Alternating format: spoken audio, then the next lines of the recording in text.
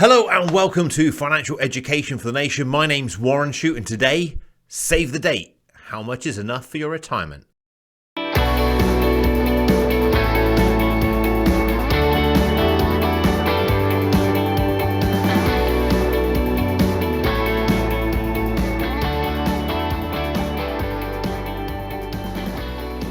This episode has been sponsored by Idealo, the price comparison website. Okay, how much is enough for your retirement? So I'm often asked, okay, particularly when I could go out and watch the rugby or the netball with my daughter and stuff, stood on the sideline chatting away to a new parent or something because I'm quite a sociable kind of guy. I like to meet new people. And so what does he do? He's explain you're a financial planner. The first thing people say is, one of two questions. How much have I got to have saved for retirement? Or what's the best investment? So we're going to stick with the how much have I got to save for retirement question today. How much do I need for retirement? Such a complex question. You want a simple answer, I know, but it's such a complex answer. Simple question, but a complex answer. So let me try and go through this for you. There was a great book written about similar thing to this called The Number by Lee Eisenberg. So if you haven't read it, I do recommend it, particularly the first three quarters. At the very end, I kind of skim read the last bit. But he was a New York Times or Washington Times journalist, and he wrote a book about his dinner parties and when you could go around people's houses and have drinks and stuff like that and meals. And he sat down at a dinner party and they were just talking about, retirement. How much have you got saved, or how much would you have saved for retirement? How much is enough? How much is enough? It's that lottery question. If you won the lottery, what would you do? How much do we need? Do we need that much? I think this is what puts people off retiring and also scares people about almost why do I bother? Because they think they need so much. I guess it depends on what you want to do in retirement. Okay, so if you have a very grand lifestyle of flying first class, taking top end cruises and staying in the best hotels, then you're going to need more money than if you want to just experience life and enjoy things and be a bit modest with your spending. In the money plan, I referred to the rule of 300, which is a real nice, quick, ready reckoner. You can kind of do it in your head, and it doesn't involve a CFP, a bit of software or a calculator. It basically says how much you need in retirement is, if you needed £1,000 a month in retirement, you'd need about £300,000 saved. So it's 300 times your monthly expenditure. So if I need £2,000 a month to live off in retirement, you need about £600,000 saved. So that's quite a nice, easy thing for you to do off the top of your head. However, some lovely people at Fidelity did some great research, and I thought I'd share it with you. You might be starting very modestly right at the moment. You think, crikey, £300,000 is loads. So where are we with that? Where are we in our journey? And Fidelity's research linked that to your age. So they said, and I'm going to look down my notes here so make sure I get it right because it's new to me. They found that at 30, you should have about 1 times your salary saved. So if you're 30 years old and you're on about 25, 30, 35,000 pounds, something like that, I guess, you should have that saved. Okay. When you're 35, that should increase to 2 times your savings. Sorry, not your savings at all. 2 times your salary. At 40, it should be 3 times your salary. At 45, it should be 4 times your salary. At 50, 6 times. 55, 7 times. 60, 8 times. And at 67, 10 times. So they're looking at it, obviously, that you start working at a young age and you work all the way through and you retire what would now be for our state retirement age, 67. So how do you compare? How do you compare on that journey of where things are? Now, it can be a bit disheartening, can't it? Because you think, oh, crikey, I'm 50 years old and I barely got 1 times. So you kind of think, oh, why do I bother? And don't think that way. This is just a factor for you to sort of benchmark. And I don't put a lot of weight on it. I must say, I think you need at least that. Because if you bear it in mind to my factor, okay, 300 times your monthly income. So if you're sort of looking at that in your if you're on a salary of £30,000 at 67, that's 10 times that. That's £300,000. That's going to give you about £1,000 a month of income. Okay, so how does that? I think it's about right, but I think it's probably at least that. I don't think you'd be going much below that. So yeah, it was quite good. It was a good rule of thumb. It's a good rule of thumb to guide you on the path. I do know that there is a complete balancing act between enjoying today, and planning for your future, and that's why we've got the bank account system and allocating your money in the way that we do, because far too few people put enough money away. They're two great factors, two good rules of thumb, the rule of 300 and those age-related ones. But remember, we've got access to that fantastic website called The Truth About Money, or Truth About Money, truthAboutMoney.co.uk. So TRUTH about ABOUT money, MONEY.co.uk, and you can open an account with them, key in your details, and it will create a cash flow forecast.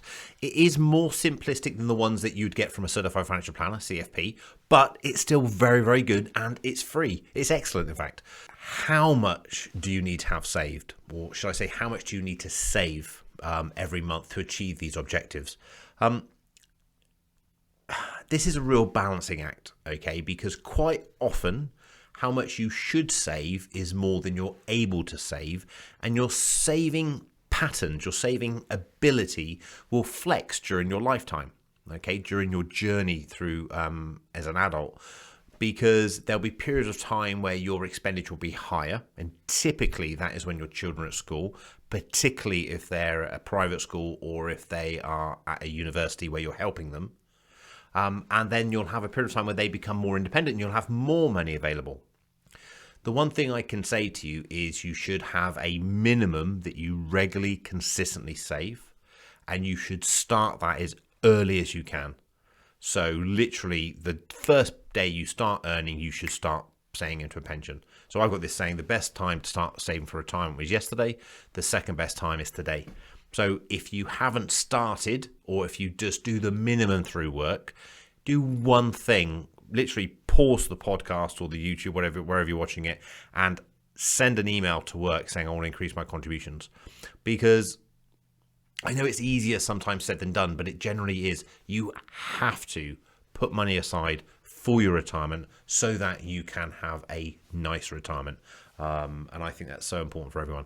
So in the money plan, I talk about saving the first hour of an 8-hour working day. So if you work a normal 8-hour working day, you go in at 9 till 10, that's for you. You've saved that first hour is for you. And it's a shame your boss can't pay you that in a separate pay packet, and you can put that in a separate account, and then everything else goes everywhere else. Because if all of your money just goes into one account, all you'll do is spend it all on your bills and overheads, and it will just get lost. You have to pay yourself first. And it's a habit. That's all it is. That's all I can say to you. It's a habit.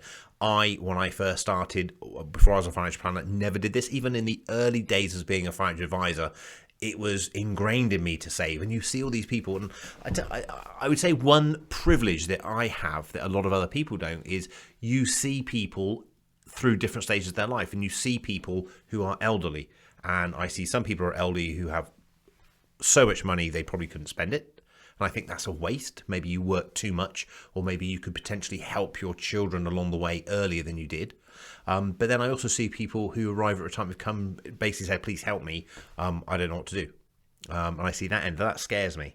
So save at least the first working hour of 8 hour a day. So that works out at around about 12.5%. 1 hour into 8, 12.5%. So 12.5% as a minimum, I would say, as a minimum set towards your retirement planning. Now, if you're an employed person, your employer will top that up with at least 3%. So you've got 15.5% going in. That's a nice level of contribution. Okay, that's a nice level. You might need to do more, but it's certainly a nice level to work with. I have these ratios that I've sort of spoken about in the past, where we sort of split your money up into 3 sections.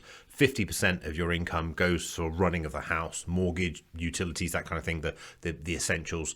30% of the money is for variable spending, so you're spending on your debit card, so you go do your grocery shopping, you do your coffees and your takeaways and things like that, and then 20% of that money is saved, and that's kind of split between retirement money and sort of more shorter term saving, so whether you're saving up for a holiday or replacing something in the house. So that's as a broad spectrum how we sort of talk about allocating your money, but putting money into your retirement plan should be right up there with making sure you've got a will and make sure you've got power of attorneys, and make sure you've got disability insurance. So they're sort of vital things that I really think people need to do more of. And then there's the question, well, why haven't I saved? Why haven't I done this so far? Because I'm very much into the psychology of this, because I think we're physical beings, but we're run by our emotions. Okay, and there is the behavioral side of it. But like, okay, I know intellectually, I've heard it many times before, and Warren said it over and over again, I have to save for retirement, but why haven't I? And an initial reaction could be, well, I can't afford to. And I don't mean to be facetious here, but you might be listening to this or watching this on a new iPhone. You might be booking a holiday when lockdown's finished. You might be driving a nice car. You might have whatever it might be. And all I'm trying to say is those things aren't wrong, but all you've done is put those as a priority over your retirement planning. And the thing is, the retirement planning is actually you. It is for you. It is for your future self. And by putting money away for your retirement, you're caring for yourself and you're taking care of yourself. And it's so important, so important. We're driven by two main emotions in our body, pain and pleasure. And we do things to avoid pain and to gain pleasure. And if we see putting money into a retirement account as pain, because we're not able to do other things now that give us pleasure, we're never going to do it. So to help you on that, one of the things you can do is to make investing in a retirement account so compelling and so exciting that you want to do it. You have this want and desire to put money away, and make the image and the future of not doing so your current path, so painful that you will be moved away from it. And if anyone heard about a motivational speaker called Tony Robbins, he uses a bit of NLP called timeline therapy, and he uses a thing called the Dickens process. Charles Dickens, remember, he goes off and he has those different experiences.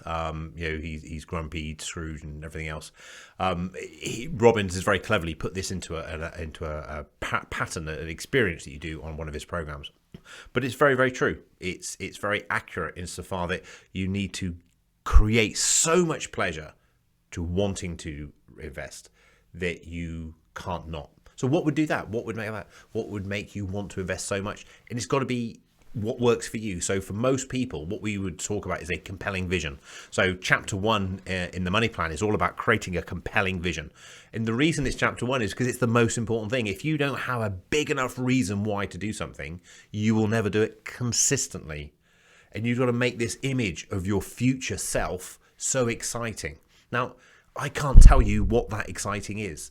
I can't say to you, but I can tell you that mine has lots of color in it. Mine has lots of experiences in it. Mine has lots of travel in it. I've got this goal at the moment. Whether I wouldn't say it's a goal, it's an idea at the moment. I want to travel to every safe country in the world. And I just sort of think, you know what, I think when I'm that old that I can't travel anymore, can't jump on and off an aeroplane and go and do things that I might want to do, I can look back and I'll have all these wonderful memories. And I have all these experiences that I can share and talk about, which will make me a more interesting person. But whatever your thing is, so if I start telling you things, you might switch off, but you might be a fisherman. Okay, so you might just want to go and fish in some of the greatest lakes and rivers around the world. You might be a golfer to want to go and play on all the different courses around the world. You might like shopping. You might want to just make sure you go to all the different cities of the world to make sure you experience all the different shopping. Whatever your thing is, it doesn't really matter, but you've got to have these things. It's almost like a bucket list to make your future so compelling and so exciting, so bright and so vivid that it compels you to want to do it, because that's what you're saving for. You're not saving to have a pension. No one wants a pension. They want what the pension will give them. And some people leave it too late. So some people leave it so late that they then are forced to do something about it, because the pain of continually working, the ritual of going in every day, getting up, doing the similar thing every single day just gets so painful, so mundane that all they want to do is escape from that. We have these, they're called meta programs in our life, the way we make decisions. And some people make decisions out of necessity. So I have to make the decision now. It's just got so bad, I'm now going to change. Whereas others will choose to do out of possibility and they will then jump ahead and want to do it. So make your compelling vision bright, make a bucket list, make some lists of all the things that you want to do in your retirement. And whatever you do, start now from this moment. Email your employer or start up a pension. Go to lexo.co.uk, start a pension, start doing it now so that you can have the wonderful chapter in your future. So big five, five retirement related things you may not know, and I thought I wanted to touch base. So number one, around 12% of Britons are over 65 or in the workplace. So around 12% of Britons over 65 are still in the workplace. So is that going to be you? Now, it might be. There's nothing wrong with carry on working, but through choice, not through necessity. Okay.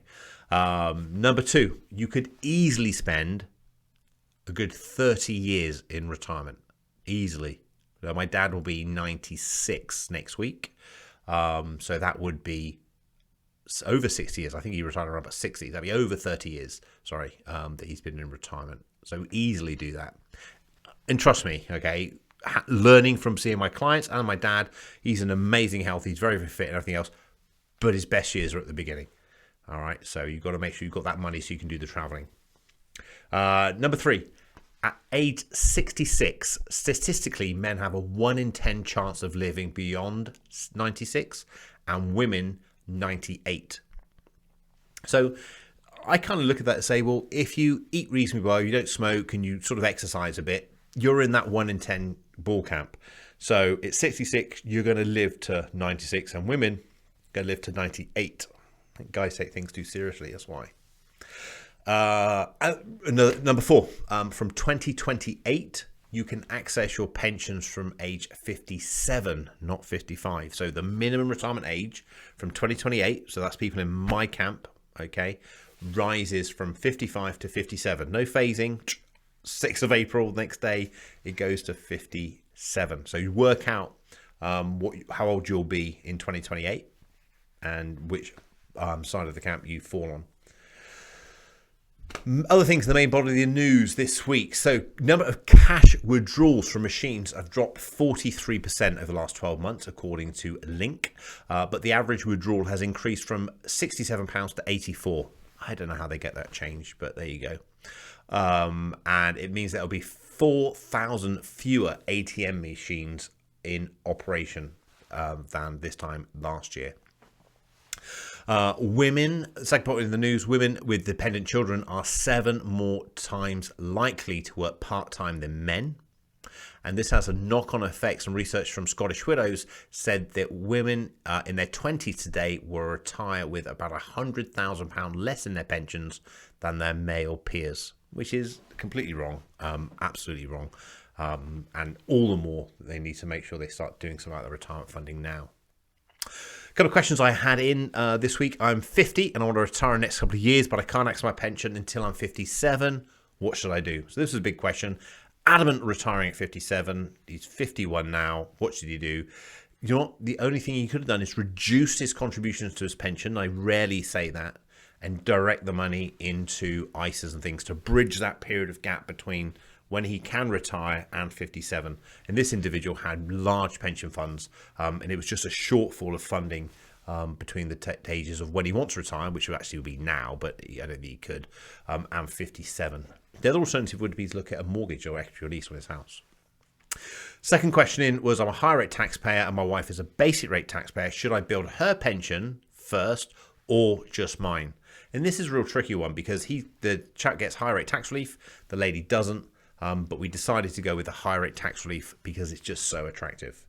So this section of the show is sponsored by Idealo, the price comparison website. I use Idealo today. We just bought a lawnmower and I went on Idealo and got myself a good deal, and I went to top cashback and got paid on it as well. So please use Idealo. It's a fantastic site for getting things like this. This week they're saying that there are a number of items which are cheaper than last week. A couple of things that hit my mark were Android watches. So I got a smartwatch, which I absolutely love, and trainers, 14% cheaper on average than last week. And with the summer coming, first day of spring today, I think people will be going out exercising, do a lot more. And they're saying smartphones are a good thing to be considering this week. April is the time to get sorted, especially if you're going to opt for a SIM-only deal and buy the handset outright, which I think a lot of people do now because you get the best deal on those. The average price of a new smartphone across all makes and models in the market is around £307 in April compared to £389 on average in November. So there's a big saving there, big saving. So make sure you shop around and make sure you get the best deal, because spending money isn't bad, okay? Spending money is part of our life experience and we get joy from it. But spending other people's money is bad. So just want to get the best deal, stick to the spending plan, pump your money into your retirement account, and you can spend money throughout your life. You don't have to then worry about stopping spending when you retire because you're on a shoestring. That'd be terrible. This week, we reckon UK consumers will be buying garden sheds. So Nikki, my wife, had me in the garden today. I'll confess, I'm all right with gardening, but I don't love it. I love a nice garden, but I don't love gardening. I can do it. It was fun to shovel a bit of soil and stuff like that, but after an hour or so, you've kind of had enough. But she enjoys it. She really loves it. And they're saying that people will be buying garden sheds this week. I guess going into the summer months, going into the spring months, everyone's spending a bit of time in their garden, tidying it up. And with the sound of things with lockdown, we're going to be in the UK again for this summer. And not doing any travel. So what does that mean financially? It means, what can I do with that savings? What can I do with that money? Let's start doing something with it and go through the process. Make sure you've got some emergency cash, pay down your debts, your credit card stuff. And I think UK consumers have done great there. But put money in your retirement account. Really start funding your retirement account so that you can be proud of the decisions you made. Okay? Pay yourself first, at least 12.5%, which is the first hour of a working day. So thank you so much for listening. I hope you've enjoyed today's session. Retirement funding and planning is so important, and it's time. It's time, and the earlier you start, the better you'll be able to be with it, and the more money you'll have at the end of the day. So start putting some money away, and if you get any questions on it, then please just fire them over. I like to receive your questions, and and I think I'll do a bit more on the psychology and getting you to make decisions. I think that's probably people like that, but if you do want to hear that, then just send me a message over and let me know. But anyway, until next time, stay safe and take care and be good. If you haven't yet subscribed to my channel, please do so. There's a great number of back issues to go through, and remember, what makes us different on your financial journey is the support with access to downloads and templates on warrenshute.com, the YouTube videos and podcasts, as well as access to me, a multi-award winning certified financial planner and certified international coach. So please do engage, and let's get your finances sorted together. Thank you to Idealo for supporting this show, and for you for listening. The Money Planner is edited and produced by the amazingly talented Vince Wakeman at Avando Systems.